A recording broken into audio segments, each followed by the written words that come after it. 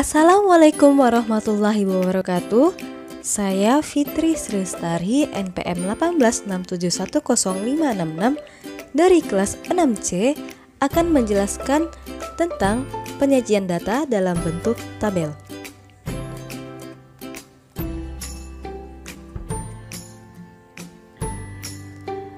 Pengertian tabel. Tabel adalah penyajian data yang tersusun atas baris dan kolom yang memuat kumpulan angka berdasarkan kategori tertentu.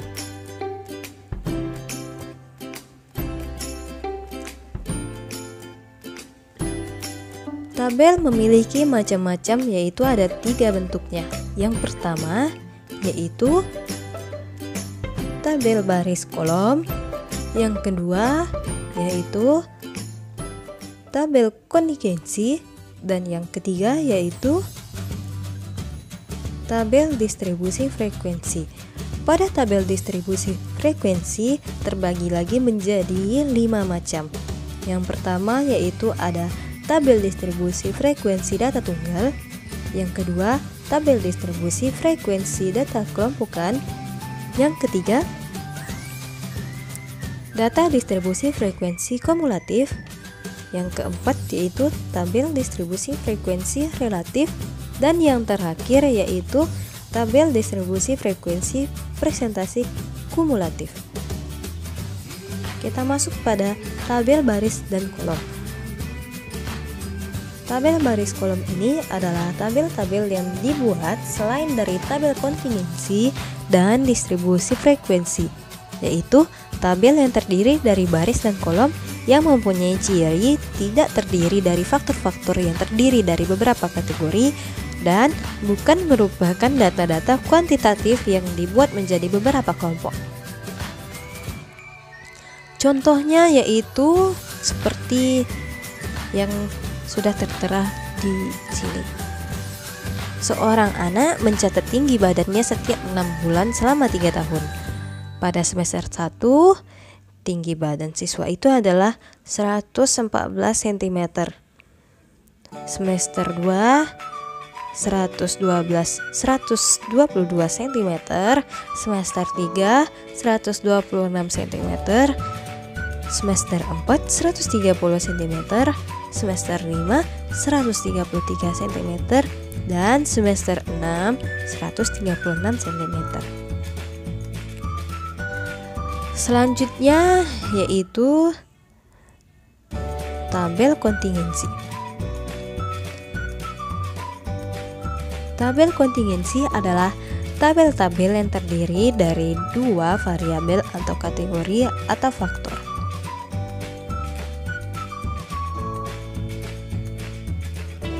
Contohnya yaitu seperti tabel berikut ini. Misalkan data karyawan perusahaan Z pada tahun 2007.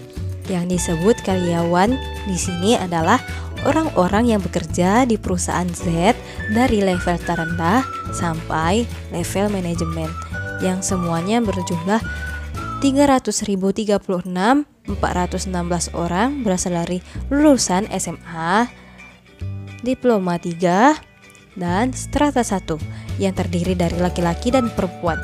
Karyawan laki-laki dengan tingkat pendidikan SMA sebanyak 104.756, D3 sebanyak 51.459, dan S1 sebanyak 12.116. Karyawan perempuan dengan tingkat pendidikan SMA sebanyak 100.795, D3 sebanyak 54.032, dan S1 sebanyak 11.256. Sehingga bisa dijumlahkan di sini dan mendapatkan hasilnya.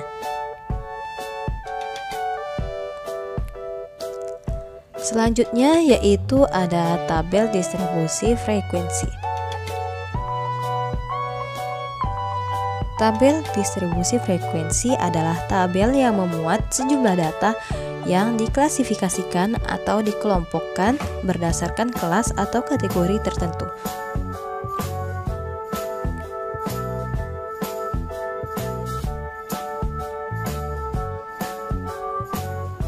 Pada tabel distribusi frekuensi terdapat beberapa 5 macam. Yang pertama, ada tabel distribusi frekuensi data tunggal. Tabel distribusi data tunggal adalah salah satu jenis tabel statistik yang dibuat di dalamnya disajikan frekuensi dari data angka-angka ada itu tidak dikelompokkan.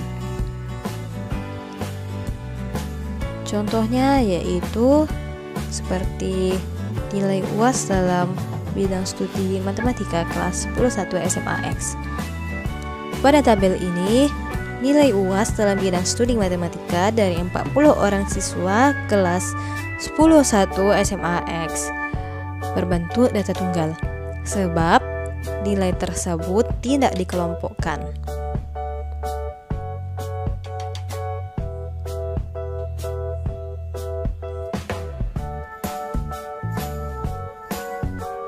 Selanjutnya yaitu tabel distribusi frekuensi data kelompokan.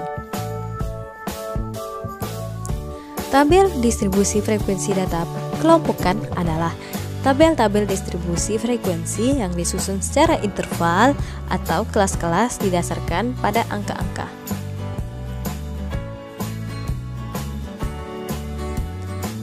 Contohnya yaitu seperti tabel berikut ini.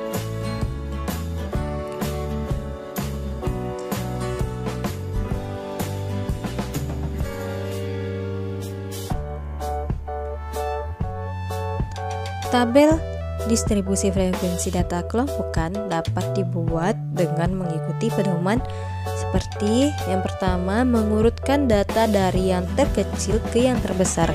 Yang kedua, menentukan jangkauan dari data. Yang ketiga, menentukan banyak kelas. Yang keempat, menentukan panjang interval kelas. Yang kelima, menentukan batas bawah kelas. Dan yang terakhir, menuliskan frekuensi kelas secara meneliti dalam kolom turus atau TLD, sistem turus, sesuai banyak data.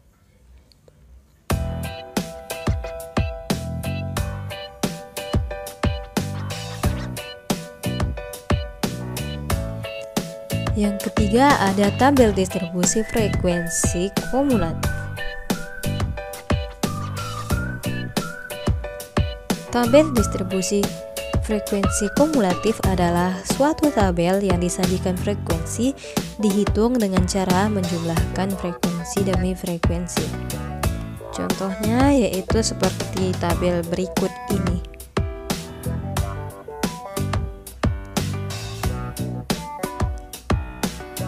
Dan tabel berikut ini adalah distribusi frekuensi kumulatif usia 50 orang guru matematika yang bertugas pada sekolah dasar negeri.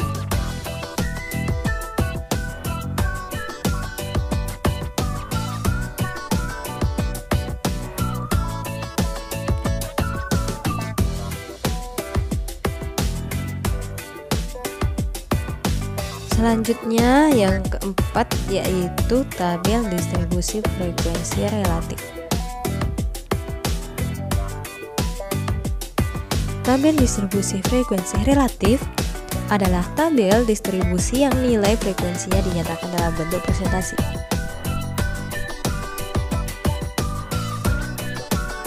Ada contoh distribusi frekuensi relatif tentang nilai-nilai THB dalam studi PKN dari sejumlah 40 siswa MTSN.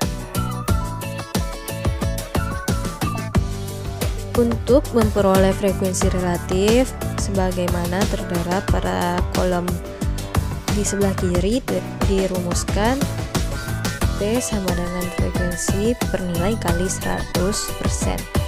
Frekuensi yang dicari presentasinya N yaitu jumlah frekuensi atau banyak individu, P yaitu angka presentasi. Maka bisa kita lihat cara mencari nilai dari frekuensi relatif dengan cara seperti berikut ini. Contohnya 7/40 dikali 100%, maka hasilnya 17,5 dan sebesar 3 32,5 diperoleh dari 18/40 kali 100% menjadi hasilnya 45, dan begitu pun seterusnya.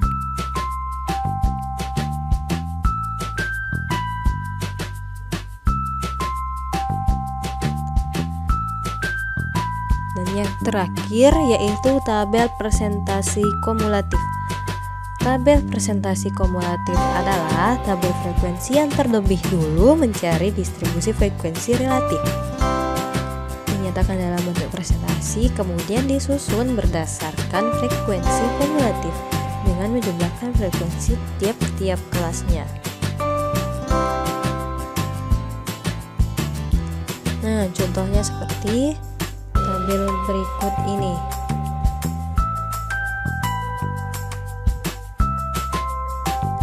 Sekian, terima kasih dari penjelasan saya.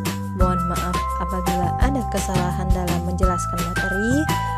Lebih dan kurang mohon dimaafkan. Wassalamualaikum warahmatullahi wabarakatuh. Sampai jumpa.